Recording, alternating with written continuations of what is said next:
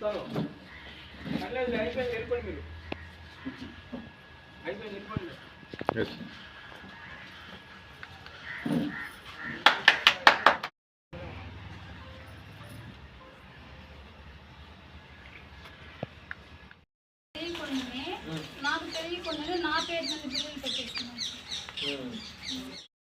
మీద కేసులు పెట్టారు 8 మంది మీద, అయినా వెనకడుగు వేయలే. ఆ తర్వాత చంద్రమోహన్ రెడ్డి గారు కూడా మన ప్రభుత్వం వచ్చిన తర్వాత నేను చేపిస్తానమ్మా అని చెప్పాడు. గిరిజన కుర్రోడు కాంట్రాక్ట్ బేస్లో ఈ సబ్స్టేషన్లో 9 సంవత్సరాల నుంచి ఉద్యోగం చేస్తుంటే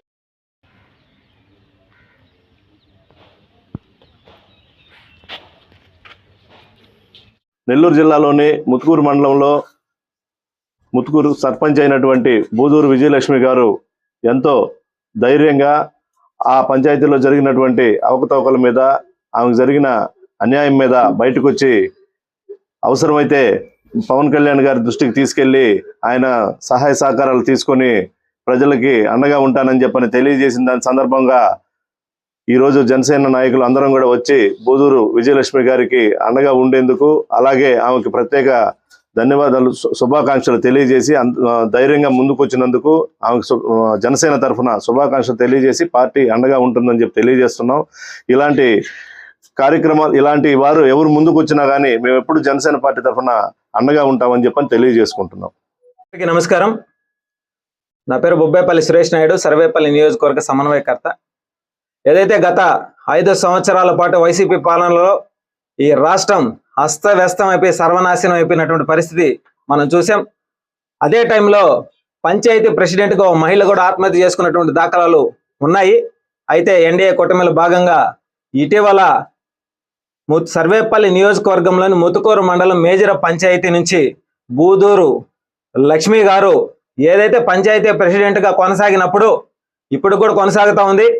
అయితే వైసీపీ పాలనలో ఆమె పైన అనేక విధాలుగా బిల్లులు చేయించుకొని ఆమెకి సంబంధం లేకుండా ఆవిడ పైన నెట్టే విధంగా ప్రయత్నాలు జరుగుతున్నాయనేటువంటి ఆలోచనతో ముందస్తుగానే అయా పంచాయతీలో నిధులు మొత్తం కాజేయబడ్డాయి కాబట్టి దీని నుంచి నన్ను కాపాడండి అని చెప్పి మా అధినేత జనసేనాని పవన్ కళ్యాణ్ గారు కూడా ఒక లేఖ రాసే విధంగా నిన్నటి రోజు మీడియా పూర్వకంగా రావడం జరిగింది.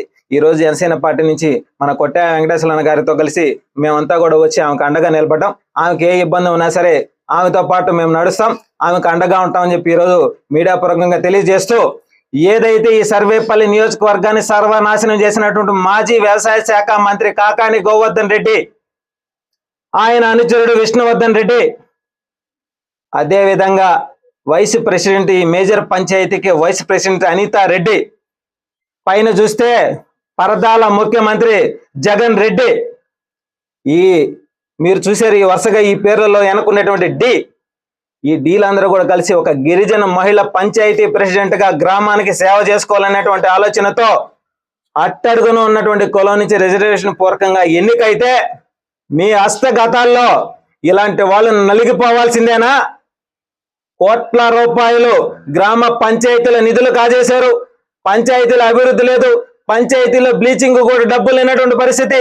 ఈ అవినీతి అక్రమాలన్నింటినీ కూడా మా అధినేత జనసేనాని పవన్ కళ్యాణ్ గారు పంచాయతీ శాఖని తీసుకున్నారు కాబట్టి అందులో ఉన్న బొక్కలని లెక్కలన్నిటి కూడా బయటికి తీసి మీకు తోలు తీసి దండం మీద ఆరేసే విధంగా చర్యలు చేపడుతున్నారు. కాబట్టి ఈ పంచాయతీకి సంబంధించి మేము వచ్చాం, మేము చూసాం, మేము విన్నాం, ఆమెతో మాట్లాడాం. ఆ తల్లి నిజంగా ఆవేదన, భయము, మీరు చేసిన అవినీతి అక్రమాలకి ఇటువంటి కుటుంబాలు ఎన్ని బలైపోతున్నాయో అన్నిటిని కూడా మేము ఆదుకుంటాం, వాళ్ళందరికీ అండగా ఉంటాం. మొట్టమొదటిసారిగా ఎన్డీఏ కూటమిలో భాగంగా సర్వేపల్లి నియోజకవర్గంలో ముత్తుకూరు మేజర్ పంచాయతీ నుంచి ఒక పంచాయతీ ప్రెసిడెంట్ మహిళ, గిరిజన మహిళ ముందుకు వచ్చి ధైర్యంగా నిలబడిందంటే రాష్ట్రంలో 175 నియోజకవర్గాల్లో కూడా పంచాయతీల్లో నిధులు కాజేయబడిన పంచాయతీ ప్రెసిడెంట్ అందరూ కూడా అన్యాయం అయిపోకుండా మీరందరూ బయటికి రండి, మీకు మేమంతా అండగా ఉంటాం. అదేవిధంగా సర్వేపల్లి నియోజకవర్గంలోని 117 పంచాయతీల్లో కూడా కోట్ల రూపాయల అవినీతి జరిగింది కాబట్టి వాళ్ళందరూ కూడా ధైర్యంగా ముందుకు రండి, మీకు మేము అండగా ఉంటాం. ఈ అవినీతి అక్రమ పరిపాలన పోయింది, ఇప్పుడు ప్రజా పరిపాలన కొనసాగుతుంది కాబట్టి మన 117 పంచాయతీలు కూడా అభివృద్ధి చేసుకుంటాం. జనసేన పార్టీ మీ అందరికీ కూడా ఎప్పుడు అండగా ఉంటుంది.